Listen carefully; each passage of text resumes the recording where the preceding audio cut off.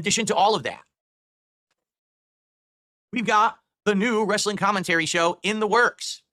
I'm talking right now with Ashton, and we're planning it out. We're going back and forth with ideas on how to make it work. And likely, if we get everything to work quickly, the first episode will be this Tuesday night. And I'm thinking it's going to be the late night stream. I got to confirm that with him, so I don't want to promise you yet. But it looks like it's probably going to be Tuesday night, our very first ever wrestling commentary show, where I'm probably going to get Netflix and I'm going to watch Monday Night Raw, take notes about the show. And we're going to do basically a late night stream talking all about Raw and wrestling and all of that. For me, it's going to be wild. I have not watched pro wrestling since 2020. The last match of wrestling that I watched was Drew McIntyre beating Brock Lesnar for the title at the WrestleMania during COVID, where they were in the Thunderdome or whatever they called it, and there was no crowd. That's the last wrestling match I've actually seen. So now, to be jumping into this like 4 to 5 years later and trying to see what's happened with pro wrestling, where it's gone. And, you know, I've heard that WWE is actually way different, that they've transformed the product, and now a lot of people like it again, when a lot of the times, you know, back then people were more burned out on it, that a lot of people have come back to it and really like it. So that's going to be exciting. I'm very interested in that, and I hope that it'll work out. You know, we don't know. We actually have no clue what's going to happen. Will people show up to watch? Will they not? Will people engage in support? Will they not? We don't know. So we're going to give it a shot. More details coming on where that will be broadcast, the time that will be broadcast, if there'll be clips or if it'll be archived.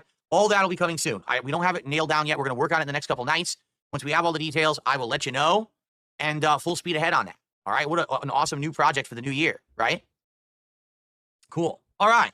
So that's what I mean. If we have the year-end series and they end up being Sunday night, Monday night, and then I have this new wrestling commentary show Tuesday night, I very well may only have like another couple days left in the week. And if we have the marathon, so you see what I mean? This next week is going to be a weird one. All I'm going to say is I'm actually happy there's no new games coming out right now of any level of interest. If there were, I'd probably be in a lot of trouble. But it's an incredibly slow January this year. There's almost nothing coming out, nothing going on in the realm of gaming. So because of that, it's just not a big deal that I'm busy with all of this stuff, okay? No, Trills, this is purely a modern wrestling commentary show. The first episode is essentially going to cover Monday Night Raw, the premiere episode on Netflix. That's on Monday night, so we're going to talk about it probably Tuesday night. And of course, going back and forth talking about modern wrestling and stuff that I've got to get caught up on. That's basically what the first show will be. And then after that, we're going to be covering not only Monday Night Raw, but possibly any big pay-per-view events and stuff going up. But we'll talk about that on the show, obviously. Cool. Keep in mind, I haven't done a lick of wrestling commentary since mid-2014 when I retired my old wrestling commentary show, Smart Guys. And I had every intention of continuing that show when I moved out here to Washington State, and it never happened. So it kind of sucks. I didn't intend to fall out of wrestling content. It just happened naturally. So now we'll see how it works jumping back in. You're surprised the show is happening? Why are you surprised?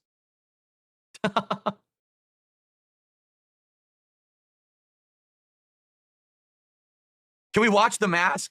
Can we watch the clip of Sting taking off a Sting mask to reveal Sting underneath? Right now, so people are asking all these questions. Right now, we have absolutely no idea 100% what we're doing yet. The future shows. This first show will just be Monday Night Raw and talking about getting caught up with modern wrestling. That's it. Will we ever cover other stuff? I have no idea. Here's the thing. I don't want to be spending 1 million hours a week watching wrestling. I don't. I just don't have time for it, you know? Watching one wrestling show a week and taking notes or whatever, watching a pay-per-view event and taking notes, okay. Watching Raw and SmackDown and NXT and all the other shows that they do, plus the pay-per-view events, plus AEW, plus New Japan Pro Wrestling, plus Ring of Honor. Wrestling is not going to be my job, okay? It's just not. I want to maybe watch a show or two. That's it. I don't want to be heavily involved in this crap. I don't. I want it to be a nice side project that I do. I can kind of be like the guy trying to get caught back up with it and giving you my opinions. Keep in mind, I used to watch it a lot. I mean, I did a show for many years about it. Smart Guys was, 3-4 years running? So it'll be fun to get back into it, but I can't make this be an insane amount of work. You know what I mean? No, I have no plan. I don't even know where SmackDown airs. We're not going to do SmackDown this week. It's just going to be about Monday Night Raw that day after. I don't even know where SmackDown is. No clue.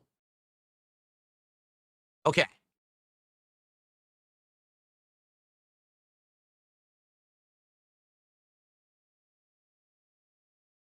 No, this has nothing to do with WWE Champions. I have no plans on bringing back WWE Champions. We had dabbled with that and talked about it, and as you saw, there was really no demand or reason to bring it back.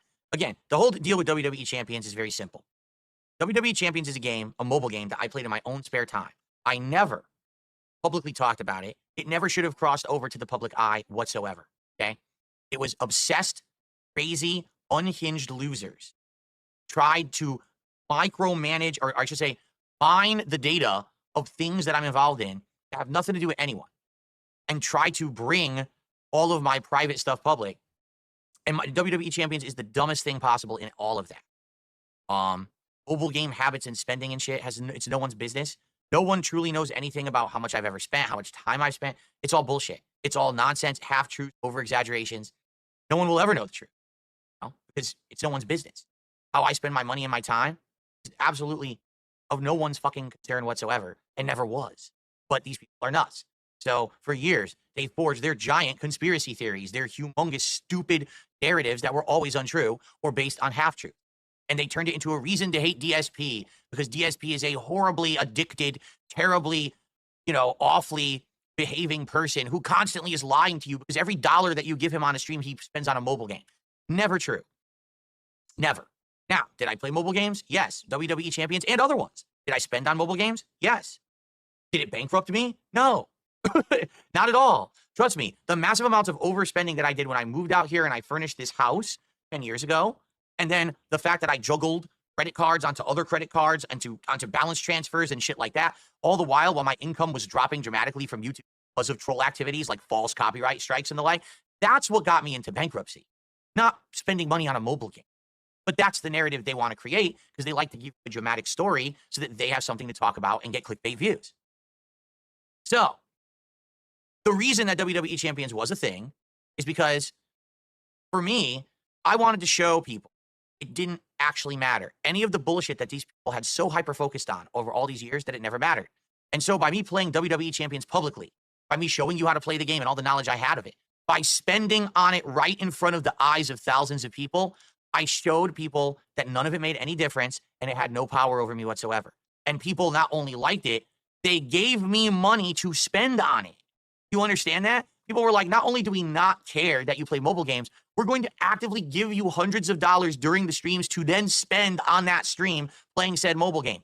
No one with a brain in their head that functioned rationally cared about WWE Champions. It's only the drama hound people who are absolutely screaming for internet drama. Oh, we want to see the downfall of someone on the internet, and we wish them pain and suffering so we can feel better about ourselves because we're miserable fucking wretches whose lives are meaningless, who have no positivity, no meaningful relationships, nothing of worth or value, and we're so upset about that, we want to see Darkside Phil fail. So let's make everything in his life about mobile games, even though, to me, it's one tiny little compartmentalized part of my life.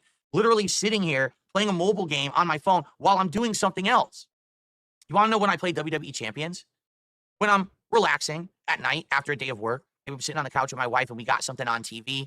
We're watching a, reality show like Shark Tank or freaking a baking show, or, we're just watching something randomly. Or maybe we're listening to some music, right? Or we're having a drink at night. And you pop it open, you play it for a little bit. That's WWE Champions. It's not some ultra serious major part of my life where I'm sitting there investing 10 hours a day playing it, dropping thousands of dollars. These people are fucking nuts. Get it? They made it all up. They over-exaggerated. To this day, they are still doing it. And it's completely fabricated nonsense. It has nothing to do with reality. Okay? And the best part about it all is, even if it were all true, which it's not, even if everything they said was true, people still don't care. And that's what me playing WWE Champions proved, that their broken fucking narrative was completely invalid. It completely freed me from their bullshit narrative. And people stopped hating me because I exposed the bullshit. Get it? That's what Champions was about. So after we played WWE Champions for a couple of months, it wore off. There was no more gimmick. No one cared about it anymore. No one is hating on DSP for playing WWE Champions anymore. Nobody gives a shit that I ever played it. So it's a dead topic. You notice no one brings it up anymore. No one comes into the chat. No one's making jokes about down from the rafters. No one cares. No one ever should have. That's the truth. No one ever should have cared about it. It never was anything of significance. The one big dramatic gotcha that they had on me was a nothing burger and never was anything. So we're done. That's all in the past. I don't see a single reason why anyone would care about WWE Champions in the future. I don't think so. I don't think anyone would give a shit.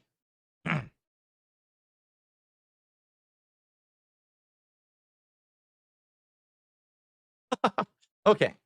That's true. The Hogan pulls were hype.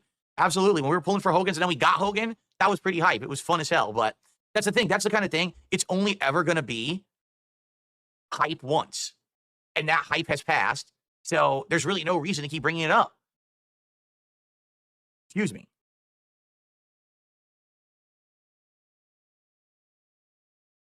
Did I make bank selling the Rafters account? All I'm going to say is, you would be shocked. You would be absolutely shocked at the transactions that take place behind the scenes in mobile games that are not allowed, but literally happen every single day. Like, I told the story, but I'll say it one more time.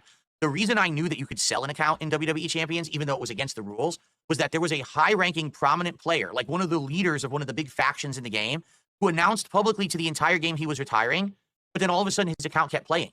You found it playing in events. You found it ranking. You're like, the guy said he's retiring. He sold it. And then everyone's, oh, so you could sell accounts, and then people found out how to do it, you know. So it's crazy because you don't think it's allowed. It's against the rules, and then you could just do it. Oh, okay. I get the feeling mobile game stuff like that is actually quite big business. And I would know that. I've had very limited, experience in it, but I get the feeling that the buying and selling of accounts, the farming of an account, it's probably big business for people.